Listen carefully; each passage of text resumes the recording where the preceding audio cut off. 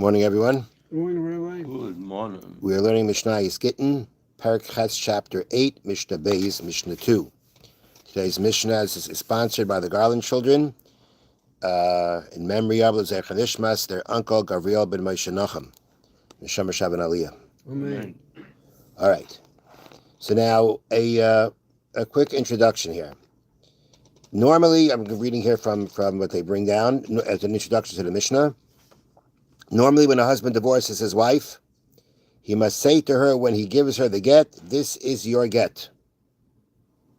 You don't just hand her the get. You hand her the get and you say, "This is your get." It's part of basically being clear, and that it should be clear that you're giving it to her for a divorce. An exception to this rule is where the husband and wife are discussing their divorce, and he then hands her a get. In this case, she's divorced, even if he says nothing as he gives it to her. Okay, they're talking about their divorce, and then he hands her the get, but he doesn't say, "This is your get." There it's going to work, because they were just discussing their divorce, and then he hands her the get. It's evident that he intends to divorce her with this get. Okay, but if there was no discussion beforehand, he just walks over and gives her a get. That's not called evident enough that he means to divorce her with this get, with this document. All right. Now our Mishnah is going to, however, this is true only if he gives her the get in a regular way. Meaning if they're talking about the divorce and then he just hands her the get normally, then it's evident that he's divorcing her with this get, with this document. Our Mishnah discusses the law if after discussing their divorce, he gives it to her in an unusual way. Okay? So they discuss their divorce. If he would have just handed it to her regularly, it would have been a good get. But now that he didn't hand it to her in a regular way, as we're going to see, then already without again expressing explicitly, "This is your get," it wouldn't be a good get. It would not be a good divorce. So Amar Law, he said to her, "Kinsi shtar chayv zeh, take this IOU." Okay, he hands her a document, rolled up document, and he says, "Here, take this shtar chayv, take this IOU, take this loan document." Okay, maybe it's a loan document between him and somebody else, him and her, whatever it may be. But he doesn't say to her, "Take your get." He says, "Take this loan document." Oy shematza'atu me'acherev, or she found it on his back, which sounds like there's this document on his back, and she takes it off and she opens it up. Kaira, in both these cases, that's not exactly the case. I'll explain that soon. Kaira, he reads it, she reads it, Rahigita, and it's her get. It's not a loan document. She takes it off his back, and it's a get. This is not going to be a valid get until he says to her, "This is your get." Now, what happened here is like this. In the first case, he actually handed her something, but he told her it's something else. It really was her get, but he told her it's something else. So even though they went ahead and they had a conversation about getting divorced, and now it comes out that the document in her hand is a get, is a bill of divorce, but clearly that's not the regular way of giving something, by telling her it's something else, and then, oh, surprise, this is what it is. That's not the regular way of doing it. Okay? And therefore the Mishnah says, even though she realizes it's her get, it's not a good get, because when he gave it to her, he didn't give it to her in a regular fashion, and therefore it's not a get until he tells her, "This is your get."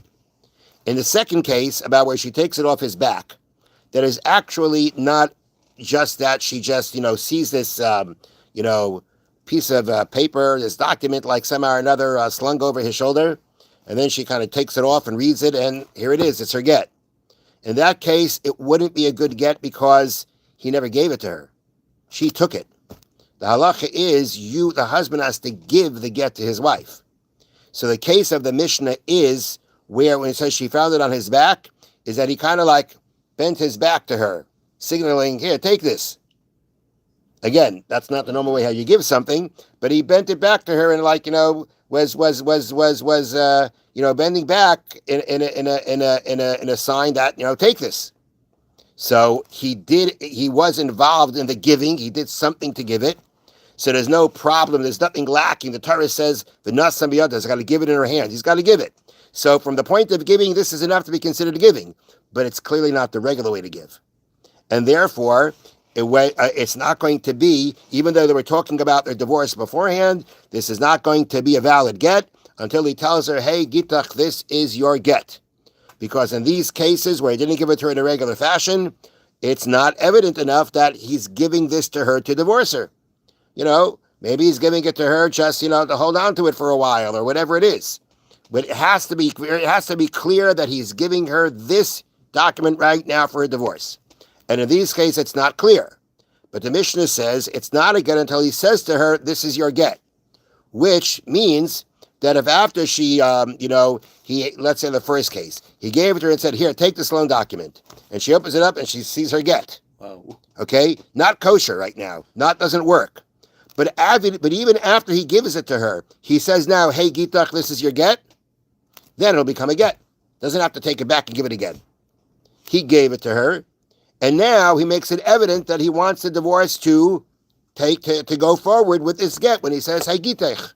So even that when he gave it to her, at that point of time, it did not it wasn't valid. But once he says to her, this is your get, then it is valid. Because he did give it to her. And as long as it's still in her hand, that's what they bring down here in the notes. As long as it's still in her hand, which means we see the giving continuing. Therefore, as long as he says it, then the get will work. Okay, next case. Nasan biyad v'hi yashena. Okay, he gave it, put it in her hand, and she's sleeping. Meaning they had this discussion again about divorce. And then she decided, I'm tired, I need to take a nap. And she takes a nap, she goes to sleep, and he sticks the get in her hand. Now, the halacha is, we don't need a woman's consent for divorce, according to Torah law. If you take this get and you just put it in her hand, whether she likes it or not, she's divorced. Now, in this case, when he put it in her hand, she was sleeping. Okay?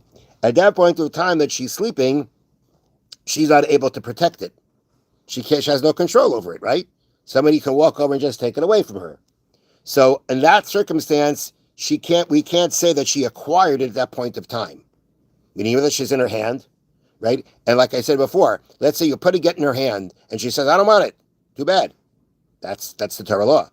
She acquires it. Even if she doesn't want to acquire it, she acquires it. But that's only possible when you put it in her hand and it's something that she could protect. She could guard. But if she's sleeping, she can't guard it. And therefore, at that point of time, she can't acquire it. All right? So now, the Mishnah says, Nasa biyad yashena. He put it in her hand and she was sleeping. There she woke up, kaira, she read it, very gita, and it's her get. No get. Again, this is not going to be a valid get. Until he says to her, hey Gitach, this is your get. Okay? So the point here is that since it's still in her hand when she wakes up and she reads it, she can acquire it then, but the husband has to say to her, here is your get. So as I say here, since when he gave her the get, it could not take effect, it is not clear that he meant to divorce her, because it can't work at that point of time. Therefore, he must make it clear after she wakes up that he wants to divorce her with this get, with this document. She knows what it is. It's still in her hand. It's a valid get. Okay? Now, Haisa Aimedes B'Shus HaRabim, a brand new halacha. She was standing in a public domain. Uzurakaila, and he threw it to her. He didn't hand it to her, he threw it to her. Now, we discussed yesterday how, if you put it in her domain, it's good enough that's not putting it in her hand. She's just put it in her hand if she's there. If she's if she's considered in his domain, she can't acquire it unless it's in her hand. Here, they're in no one's domain. They're in a public area. Okay? Now, so what happens is like this. She was standing in a public domain. And he threw it to her. Karev la, if it's close to her, if it's close to her, Megareshes, she's divorced. Karev la, it's close to him, Eina Megareshes, she's not divorced. Now, let's stop and explain this. So, she's in a reshus, or she's in a public area. Nobody owns it. It's not her area. And you could really ask a question. All right, so the Mishnah says if it's close to her, she's divorced. Now, what does close mean? Close means, as I explain here in the notes, close means that she can guard, she can protect, she can guard this get, and he can't.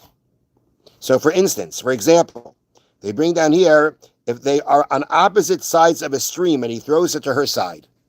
Say he throws it to her side. It's a public area. Nobody owns the area. But it's a situation where he throws it to her, and basically she is the one who can protect it, and he can't, because that the water separates him. He can't protect it. He can throw it, but he can't protect it. But she can.